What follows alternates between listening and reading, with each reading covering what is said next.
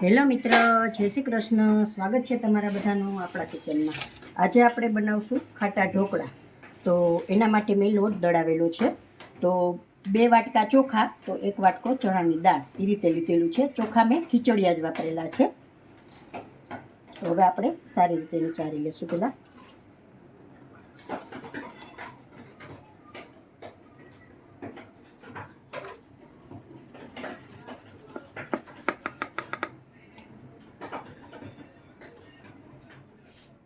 લોટ આપણો સારી રીતે ચરાઈ ગયો છે. તો હવે આપણે એને આથી દઈશું. તો હું એક ડબ્બામાં આથું છું, એટલે સારી રીતે અત્યારે ચોમાસાની સિઝન છે એટલે સારી રીતે આથો આવી જાય. તો લોટ બધો આમાં એડ કરી દઈશું. આપણે લોટ આપણે ડબ્બામાં લઈ લીધો છે. તો હવે આપણે છાશ મેં ખાટી લીધેલી છે, તો આપણે થોડી થોડી એડ કરતા જઈશું અને મિક્સ કરતા જઈશું.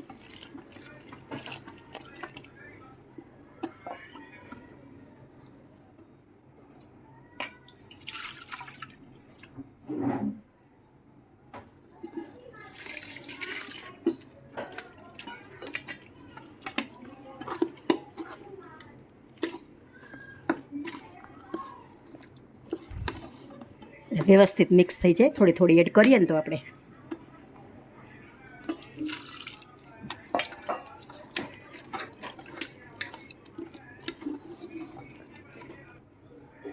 બે બાઉલ આપણે છાશ એડ કરેલી છે.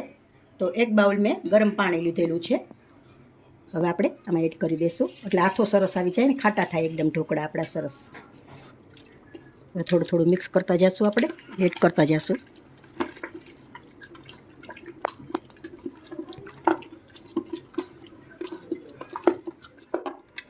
બેટર આપણું વ્યવસ્થિત થઈ ગયું છે. મેં 2 વાટકા મોટા ભરીને લોટ લીધેલો હતો, 2 વાટકા છાશ અને 1 વાટકો પાણી ગરમ. પરફેક્ટ માપ છે. તો આટલું રાખવાનું છે. ઠીક.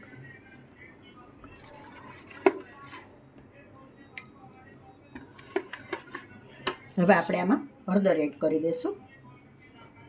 તો 1 ચમચી ભરીને આપણે હળદર એડ કરી દઈશું.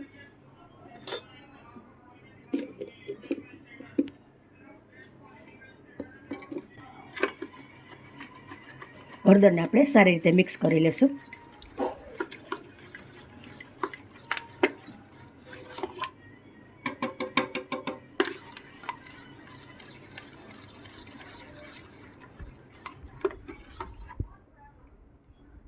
થોડીક એડ કરવી પડશે.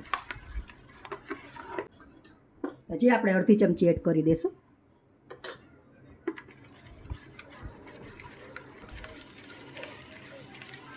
એટલે કલર સરસ આવે આપણે ઢોકળાનો. હવે આપણે 1.5 ચમચી નિમક એડ કરી દઈશું.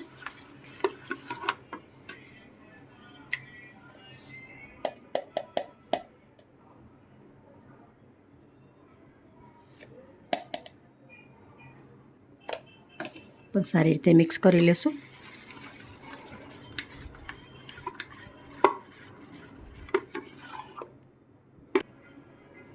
હવે ડબ્બાને આપણે 8 થી 10 કલાક આપણે ગરમ જગ્યા હોય ત્યાં રાખી દઈશું, એટલે આથો સરસ આવી જાય આપણો.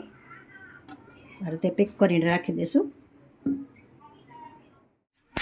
ઢોકળાનું ખીરું આપણે 8 થી 10 કલાક રાખેલું હતું. હવે આપણે જોઈ લઈશું.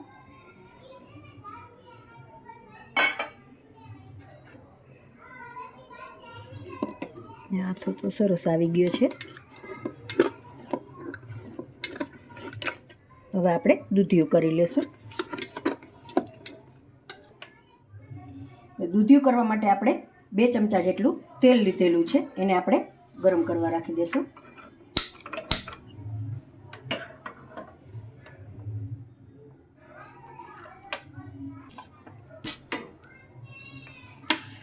તેલ ગરમ થાય પછી આપણે આ ખાવાના સોડા છે એ મેં 1 ચમચી લીધેલા છે, એ આપણે એડ કરી અને બેટરમાં એડ કરી દઈશું. તેલ આપણું સારી રીતે ગરમ થઈ ગયું છે, તો ગેસ બંધ કરી દઈશું. આપણે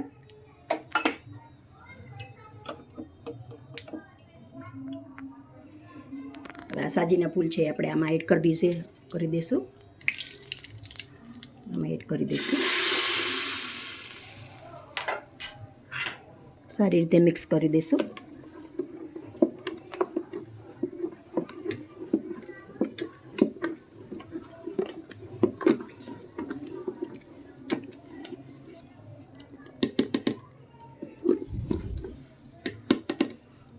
હવે આપણે થાળીમાં ગ્રીસ કરી અને મૂકી દઈશું ઢોકળા. થાળીને આપણે ગ્રીસ કરી લઈશું તેલથી.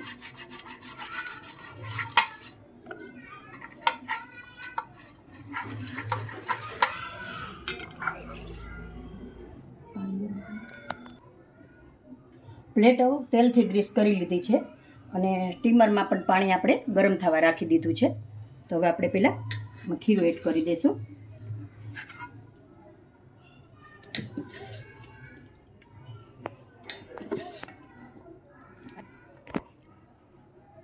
આ રીતે સાજીના ફૂલ અને તેલ એડ કરવાથી ઢોકળા ખાવાથી એકદમ ડૂચો નથી વળતો અને ઢોકળું એકદમ સોફ્ટ થાય છે અને જારી પણ સરસ પડે છે.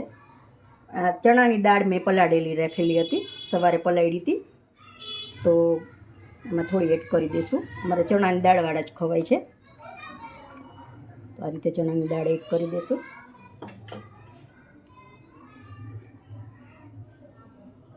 મરચું પાવડર,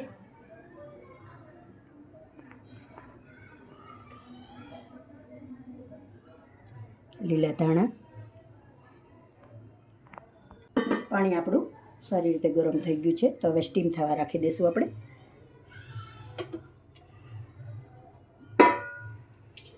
પંદર મિનિટ માટે આપણે સ્ટીમ થવા દઈશું. પ્લેટ આપણે સ્ટીમ થાય ત્યાં સુધીમાં આપણે વાટકી ભરી લેશું.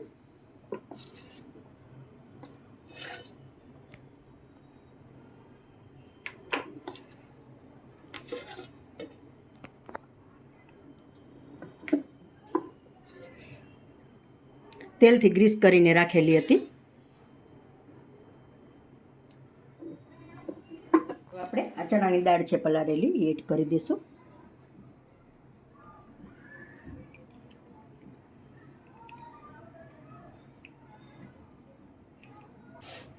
મરચું પાવડર એડ કરી દઈશું.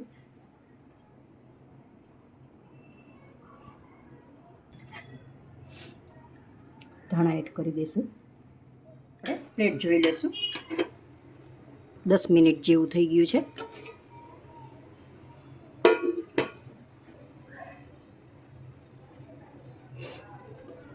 થઈ ગઈ છે. હવે નીચે લઈ લેશું આપણે. વાટકી આપણી તૈયાર છે, એ આપણે સ્ટીમ થવા રાખી દઈશું.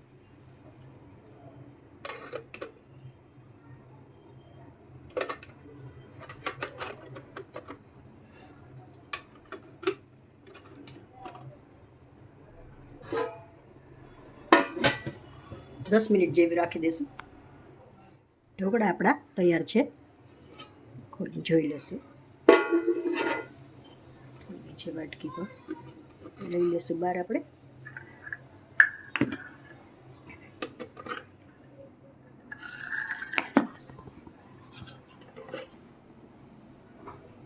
ઢોકળા આપણા થઈ ગયા છે રેડી. થોડા ઠરે એટલે આપણે વાટકીમાંથી અલગ કરી લેશું. હવે આપણે વાટકીમાંથી ઢોકળું કાઢી લેશું.